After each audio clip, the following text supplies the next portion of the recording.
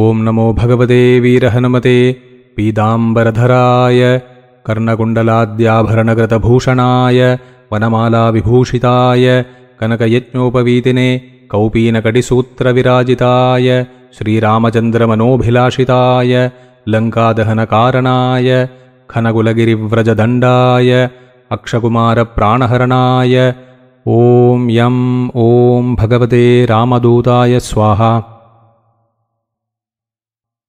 ओं नमो भगवते वीरहनुमते पीताम्बरधराय कर्णकुण्डलाद्याभरणकृतभूषणाय वनमालाविभूषिताय कनकयज्ञोपवीतिने कौपीनकटिसूत्रविराजिताय श्रीरामचन्द्रमनोभिलाषिताय लङ्कादहनकारणाय खनकुलगिरिव्रजदण्डाय अक्षकुमारप्राणहरणाय ॐ यं ॐ भगवते रामदूताय स्वाहा।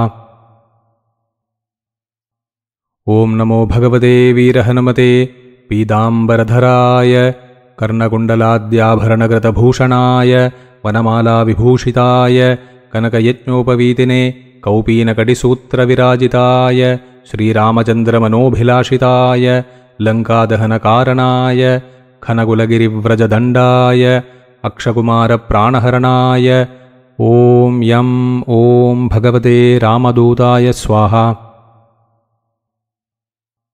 ओं नमो भगवते वीरहनुमते पीताम्बरधराय कर्णकुण्डलाद्याभरणकृतभूषणाय वनमालाविभूषिताय कनकयज्ञोपवीतिने कौपीनकटिसूत्रविराजिताय श्रीरामचन्द्रमनोभिलाषिताय लङ्कादहनकारणाय खनकुलगिरिव्रजदण्डाय अक्षकुमारप्राणहरणाय ॐ यं ॐ भगवते रामदूताय स्वाहा।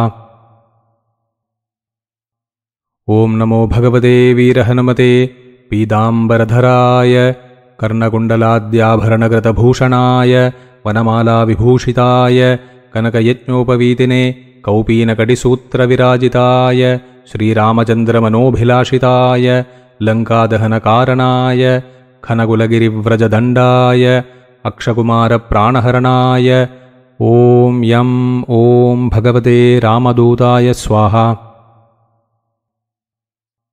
ओं नमो भगवते वीरहनुमते पीताम्बरधराय कर्णकुण्डलाद्याभरणकृतभूषणाय वनमालाविभूषिताय कनकयज्ञोपवीतिने कौपीनकटिसूत्रविराजिताय श्रीरामचन्द्रमनोभिलाषिताय लङ्कादहनकारणाय खनकुलगिरिव्रजदण्डाय अक्षकुमारप्राणहरणाय ॐ यं ॐ भगवते रामदूताय स्वाहा।